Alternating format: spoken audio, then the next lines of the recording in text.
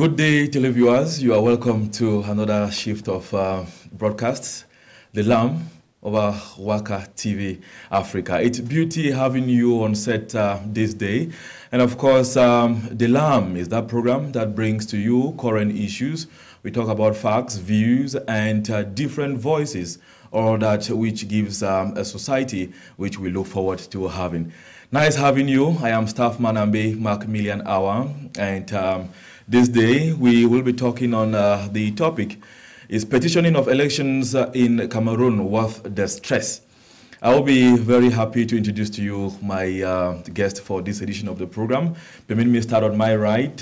We have Ndi Tiembom Elvis.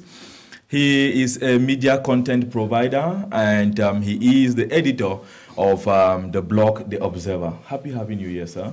Good afternoon. Good day to you, Ambe. Good day to our televiewers. It's a pleasure having you here. Thank you very much.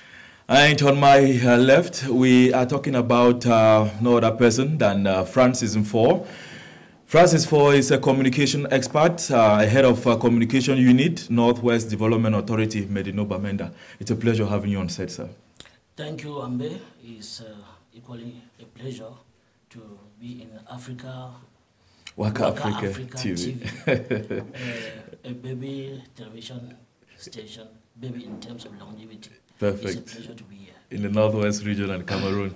We are happy to have you. Permit me to start with you, Francis Nfor. What is your immediate assessment of the elections we just witnessed in Cameroon? Well, the presidential elections. Sure. The same euphoria as we await the results. But again, the same controversies since 1990 that have been witnessing results of elections in Cameroon, the same controversies, excitement, fear of the unknown. I think there is nothing new in terms of elections as far as Cameroon is concerned.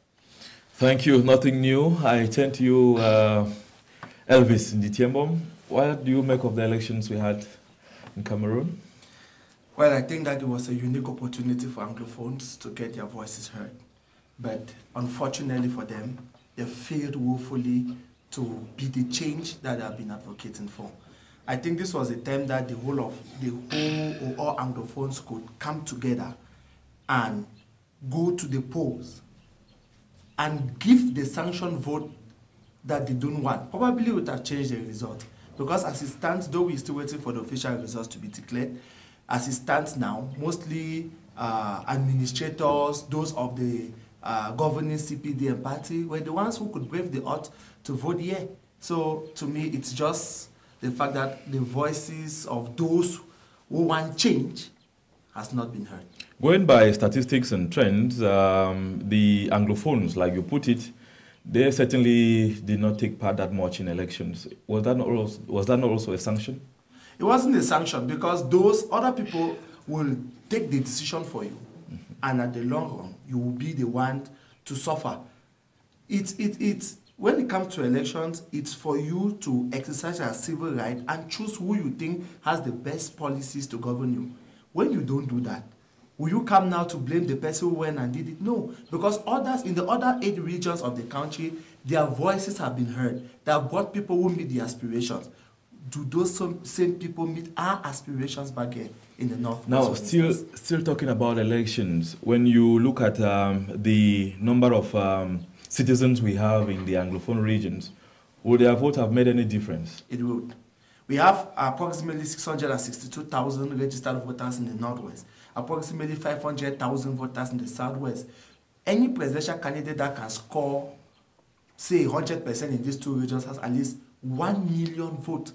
And we are counting just about 6 million registered voters. With voters apathy, about 3 million will vote. So just having the vote in the Northwest and Southwest region can already be the joker to guarantee you the presidency. Unfortunately, we failed woefully.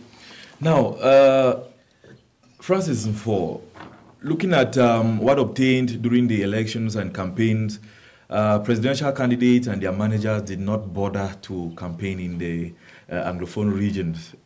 Was it because of fear, or that the numbers of those who registered in these 2 regions were insignificant?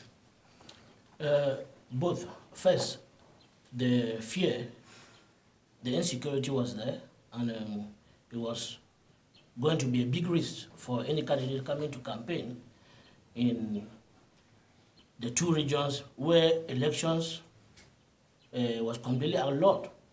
That was the first problem, insecurity.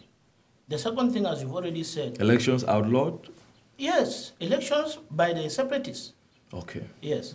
So it was a risk for any of the candidates to come to the region to carry out campaigns. We had the CPDM that campaign in the Northwest region. Well, it depends on what we call campaigns, because I saw them in the Congress Hall. They drove into the Congress Hall on a few occasions under very tight security, and from there they drove into the Congress Hall. They then over to Ayaba, where most of the planning was done. Apart from driving from Ayaba to the security center in the Congress Hall and back, I did not actually see any campaigns taking place. And just the fact that they used door-to-door and ear-to-ear as their campaign strategy already tells you that there were no effective campaigns. And they could only do that because there was no other way, since because of the insecurity was dangerous for them to go campaigning, organizing rallies, and so on. But I wanted to say that apart from the insecurity, if you look at the number of registered voters in the Northwest and Southwest, yeah, as Elvis has already said, 1 million voters to a serious presidential candidate, aspirant, will not mean much, especially in an area where there is insecurity. You realize that since 2004, the incumbent, Paul Biya, each time he's going out for campaigns, he moves to the north. And you would like to know that the Marwa, the extreme north, or the far north region alone, has about 1.1 million voters. Yeah. And so when you get that region, you get pockets of votes left and right. You already make it. Which means number is strength. Yes, than going to campaign in the Northwest with just a little over 500,000 votes, or Southwest, given the insecurity. So I think there were two issues. The insecurity, secondly, the number of votes were not attractive enough to the aspirants. Going by the governor of the Northwest region, all political parties had the right to the same security that the CPDM enjoyed when they visited the region. So don't you think that it was a kind of abandonment from the 8 other presidential candidates? It was, but again, if you look at a candidate like Maurice Kamto, Professor Maurice Kamto, he was of the opinion that elections should not hold in the Northwest and Southwest because of the insecurity. And he has even petitioned the Constitutional Council to cancel elections in the Northwest and Southwest because the elections held under uncomfortable circumstances. And he made it clear that he was not going to come to the Northwest, nor go to the Southwest, because by him, elections were not supposed to hold in these two regions. But he had polling agents here. He had. He had. And obviously you see why he had them, because from every indication he was going to use that to petition the election results. And that's exactly what he has done. I see. And I'll turn to you, Elvis. You are not just a journalist, you are also an observer. I understand you observed the elections as a journalist. You also observe as you do coverage. What is your appraisal of the conduct of the elections as a whole? Well, I think the elections went on well. It always went well. The problem is not how the elections have been organized. The problem is the transportation of votes from the sub-divisional level to the divisional level, right up to the national level. Because if it's just to go and vote and come back, it's always been a good process. But at this juncture, I think it has come to a time when we need to do things properly in Cameroon. First, why all the wastage printing numerous ballot papers? Why? Okay. I think we can use that amount of money we print, several ballot papers, to do something much more better. Provide a health center somewhere. So to me, I think time has come for us to even computerize or put in full biometrics, like some political parties have been asking or clamoring for. You're advocating for a single ballot system? A single ballot paper. That way it saves the stress of maybe picking papers. And then, because when you pick, like now we had 9 candidates. In 2011, we had more than 20 candidates. Sure. You have to take 20 ballot papers.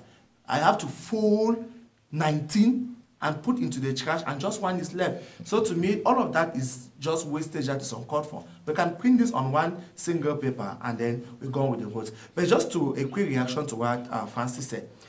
To me, I really do not think that it was because votes in the Northwest and Southwest was not maybe numerically high, that some candidates refused to come here. When the results will be published, we'll look at how the SDF performed, because this is their bastion, the Northwest and Southwest regions. And if you look at the way the party performed, you understand that this is a strategic region for the party's survival. Now, I just believe that other parties did not come here, that it was a fear factor. The fear factor greatly contributed to them refusing to campaign in the Northwest. Even the parts of the incumbent, like he said, they campaign mostly in security-protected areas. You could not see open-air campaigns. We do not see campaigns in conflict-hit zones like in Batbo, like in Belo, like in Jinicom. Are you questioning their strategy of ear to mouth or mouth to ear? It's a strategy, right? If it's a strategy, except maybe you and Francis can tell me if they pass by your door. If they didn't come by your door, I doubt if it was door to door, because I didn't receive them at my door. Now, which do we prioritize? Is it the electoral system being changed, or maybe the candidates should review their campaigning strategies? Both. I think we need to also have the message we are selling across. And once candidates have the message that they are selling across, it will first of all encourage people to forget about the voter apathy that we've been having all along presidential elections in this country. Next is that people can only be encouraged when we have an electoral system that protects their vote. Once the system doesn't protect their vote, it's normal that people will not go out to vote, because it will just be like a routine thing of going to cast your ballot, and then at the end of the day, the results do not reflect what the people have chosen. Going by the trends of the result we are having, and going by the declaration Kamto did of recent, does that speak well of our electoral system? It doesn't. And I have been made to understand that Kamto, Professor Kamto, was one of the legal minds who worked on the present electoral code, and that he is merely exploiting the lapses, the loopholes of a document which he crafted. And that's why I think that as a legalist, he is not foolhardy. He knows what he is doing. Now, if you look at the electoral process in Cameroon, as Elvis has said, we have voter apathy in a country of about 25 million people. You have election statistics of 6.6 million. That is appalling. And that is to tell you that it is a country where some citizens believe that the election results are known before before elections are held. And in a country where a major election like the presidential election, you don't have international credible election observers coming around. Yeah. That is to tell you that they don't care and they don't believe in the electoral system. And I think if we have time, we are going to talk a little bit to look at the electoral system to see whether it is credible. Thank you. We will now be going into our topic of the day, petitioning of elections in Cameroon. We are but very used to elections being petitioned in Cameroon since in the 90s. And up to date, we still have elections being petitioned. When you, as an observer, Elvis, hear of candidates petitioning elections, what image do you make of the elections in general? Well, I think candidates, when they petition elections, is due to the fact that maybe they have seen some lapses, some issues that they need to correct, and probably to their favor. Sure. Yeah, because when you look at the fact that another candidate has used unorthodox means to be able to maybe gain 1 or 2 votes, you want to counter that. And that has been happening. It happens all over the world. People cry foul when they know that they have lost elections. Even when we're in school, when you are contesting to be a prefect, when you are beaten, you look at loopholes, maybe the campaign message, yes, maybe how the voting exercise took place and the rest. So each and every candidate wants to exploit this to his or her own advantage. Petitioning elections in Cameroon, is it worth the stress? It is not. It is not, because even if you go by the philosophy of Joseph Stalin, who believes that the people who vote or who cast their votes decide nothing, and those who count the votes decide everything. Yeah. You see, if in Cameroon we have 3 institutions that constitute the electoral process, from a LECAM to the National Vote Counting Commission to the Constitutional Council, you are aware that all members of a LECAM are appointed. Yeah. Now, a LECAM tallies the votes, forwards them to the Vote Counting Commission, which validates the vote counting and then forwards the votes to the Constitutional Council. If you look at the composition of the National Vote Counting Commission, you will not be asking whether there is a problem with our electoral process and whether it is worth the trouble for a candidate or an aspirant to go petitioning elections in Cameroon. Just look at the composition of the National Vote Counting Commission. The chairperson is appointed by the President of the Constitutional Council, the chairperson of that commission. Yeah. And the President of the Constitutional Council himself is appointed by the President of the Republic, who is a stakeholder in the election. Now, that's just one member. Then 2 judges, official judges, who are members of the National Vote Counting Commission, are appointed by the President of the Supreme Court. And who is the President of the Supreme Court? He is an appointee of the President of the Republic. Who is a candidate? Who is a candidate in the election. Now, there are 5 representatives of the administration in the Vote Counting Commission. And these 5 representatives are appointed by the Minister of Territorial Administration. And who is he? An appointee of the head of state, who is the President of the Republic. Then there are 5 representatives of a LECAM in the Vote Counting Commission. And who appoints them? The Director General of Elections Cameroon, who is also appointed by the head of state, who is the President of the Republic, and at the same time the incumbent in the election process. Then the other members... Representative of political parties. Yes, the other members are representatives of the political parties, 1 each. Yeah. So if you look at the composition of the Vote Counting Commission, it already gives you the impression that as appointees, because by going by the principle of subordination, you don't expect them to count votes that can embarrass the person who appointed them.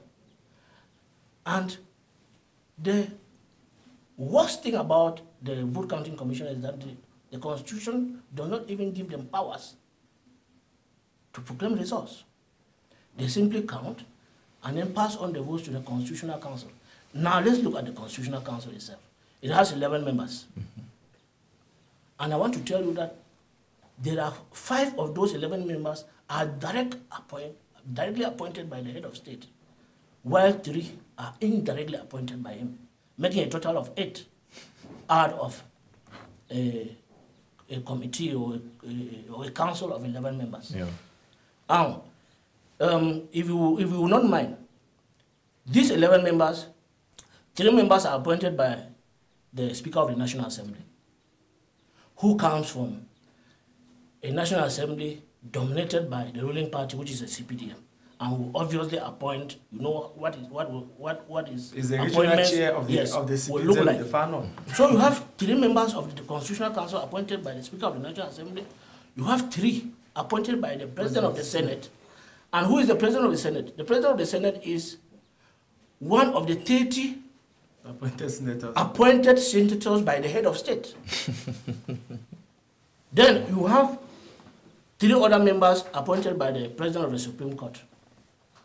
And who appoints the President of the Supreme Court? The head of state, by virtue of Article 31, I think, that gives him the constitutional prerogative of being the head of the higher judicial council. So what I'm just trying to say is that you will not expect these 11 members, 5 directly appointed by the head of state, 3 indirectly appointed by him, you don't expect Jesus Christ to come into them, for them to become, not to be biased, and then declare results in the interest of Cameroonians instead of in the interest of the person who appointed them. That is why I am saying that. And mind you, in other countries, democratic institutions or democratic societies, the institution that listens to petitions, to disputes about elections, is separate, completely distinct from the institution that proclaimed the results. But in Cameroon, the same institution that validates the results and proclaims the candidate is the same institution that listens to disputes. And of course, that institution will always defend the candidate they proclaim as winner. Thank you so very much for that very great insight. I now turn to you, Elvis. In 1992, after elections, Chairman Frundi also proclaimed himself winner. We are witnessing the same scenario in 2018. Are there any differences? Yes, there are differences. I think in 1992, we had a huge following, and we also had a well-explained or well-structured coalition in 1992. And it was a strong coalition with people from the north, from the south, from the east, from the west, that backed the candidacy of John Frundi. But this time we have just 2, and the scenario is not the same. I want to take, for instance, that even the party of Maurice Kamto, the Cameroon Renaissance Movement, do not have representatives in all polling stations. And you can understand when you don't have a representative in a polling station. Anything can transpire in that polling station. Figures can be made. You don't know whoever comes in to vote. So the scenario in 2018 is not the same like in 1992. Again, the president at that time was just about 10 years in power, facing the first major election as president. So he was facing the first major election with an opposition in place. And at that time, there was a wind of change.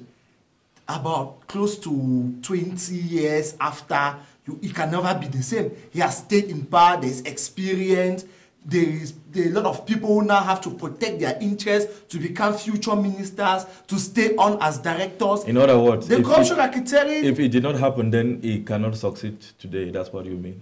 If Frundi did not succeed with such proclamations, Kamto will not succeed today. It will take only the intervention of God for that to happen. For that to happen. Now, I turn to you, Francis NFOR.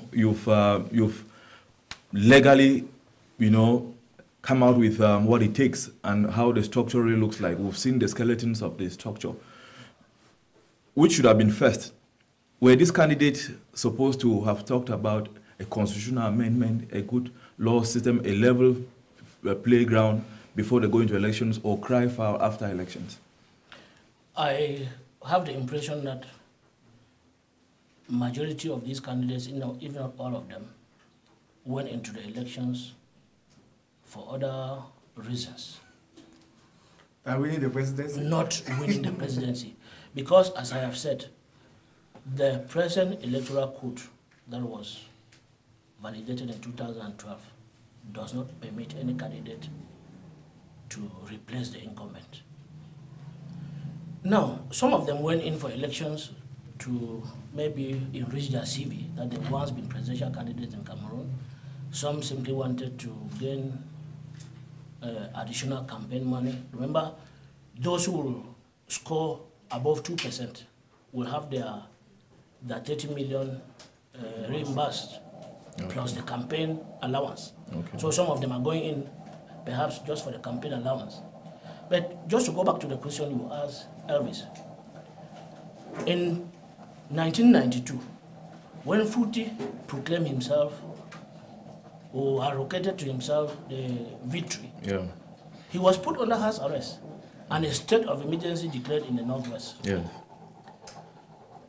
After the declaration of Kamto, nothing has happened to him.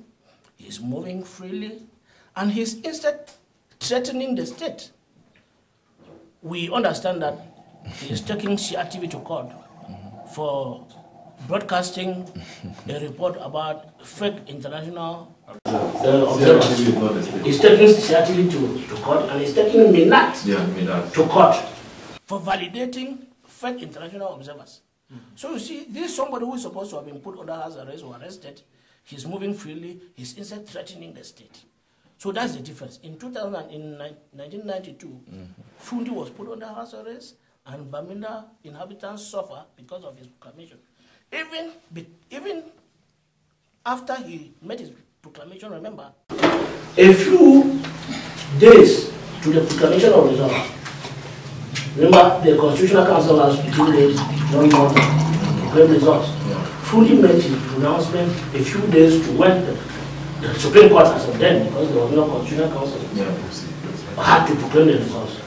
But in the case of Kamto, vote counting, it is believed that vote counting was still being tallied at the various polling stations when he made his proclamation. And he is counting on what? He is exploiting Article 113 of the Electoral Code, which says that what? Which says that counting, once counting is over at the various polling stations, results can be proclaimed. Yeah.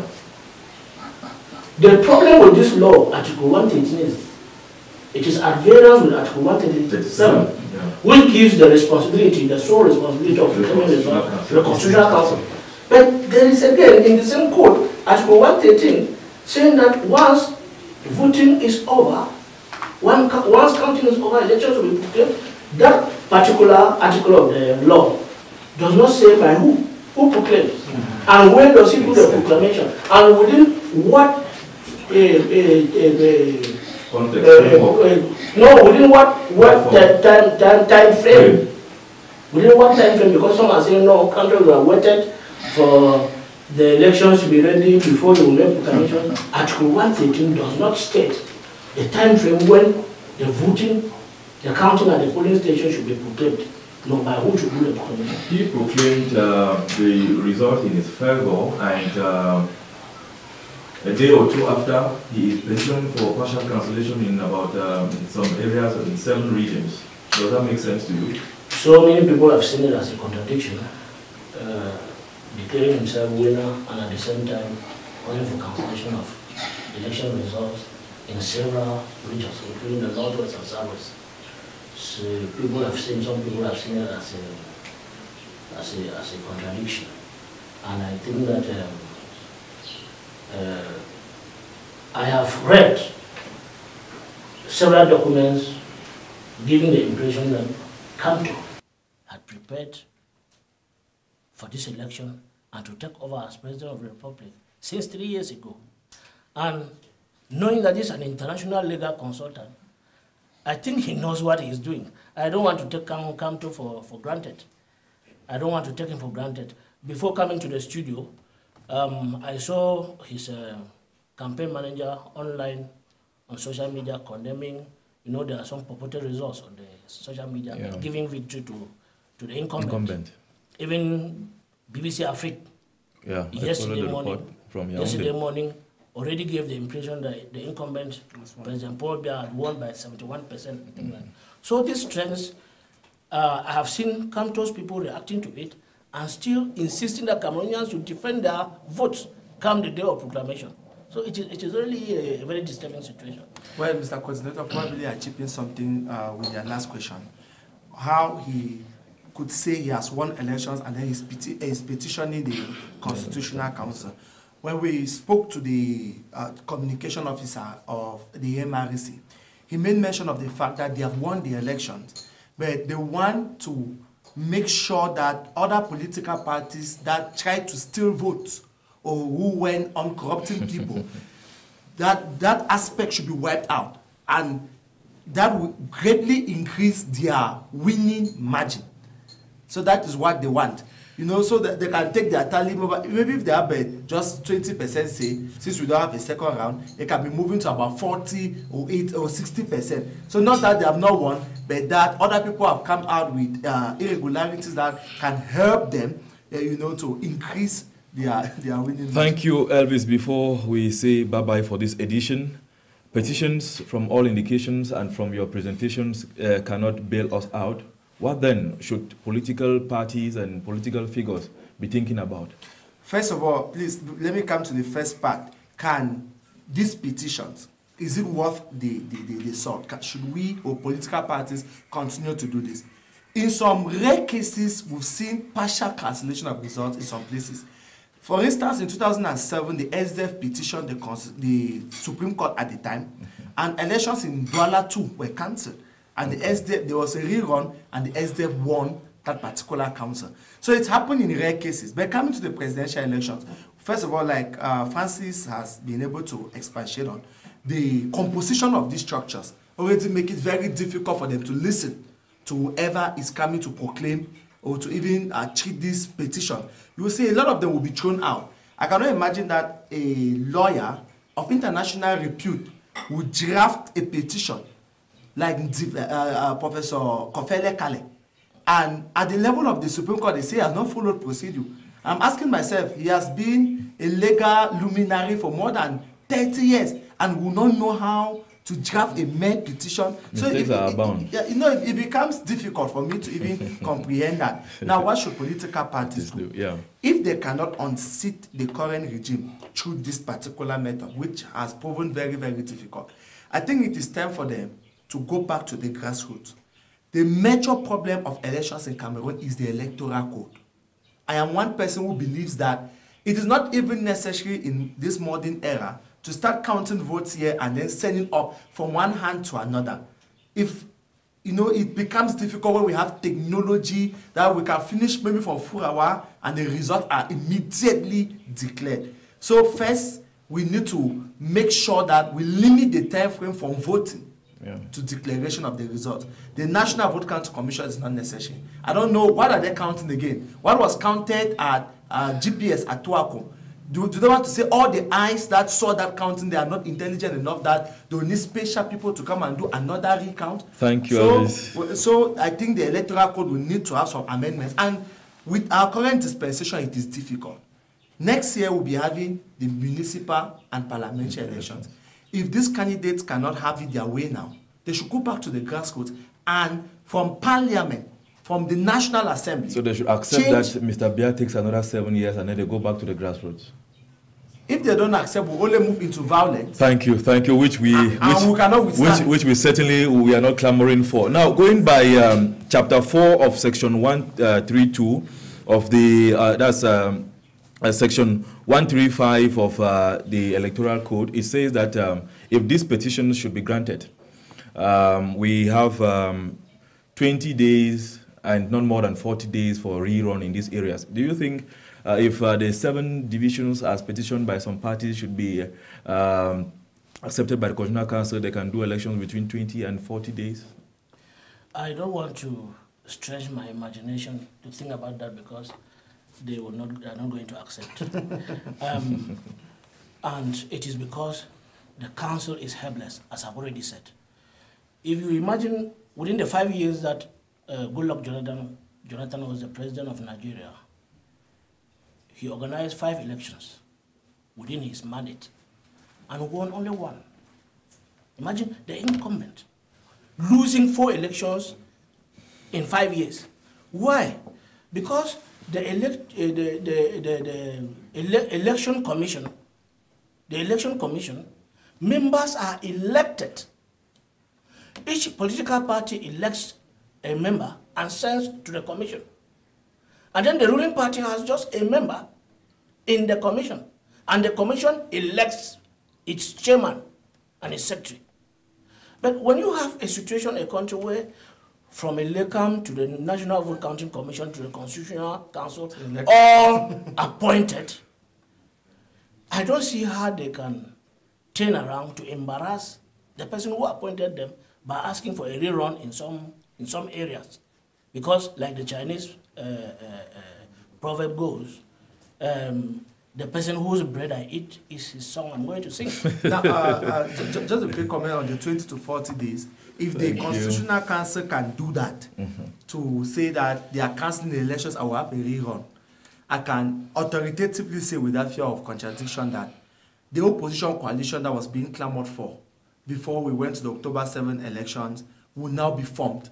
And that will be very, very, it will be a catastrophe for the incumbent. Then within 20 to 40 days, we have just 15 days to campaign. So it is enough time frame for us to have a rerun should the petitions be, if the Constitutional Council see that the petitions are admissible.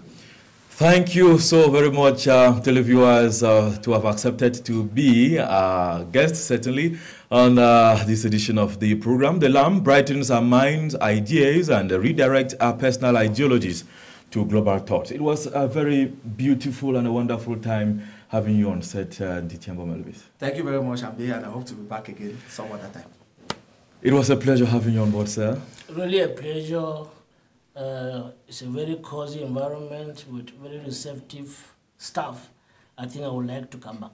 It's always a pleasure with the Lamb and, of course, with the giant and the dynamic team of WAKA TV Africa. Take the rendezvous for next edition. I have been Staffman Ambe, Macmillian Hour, wishing you a pleasant day.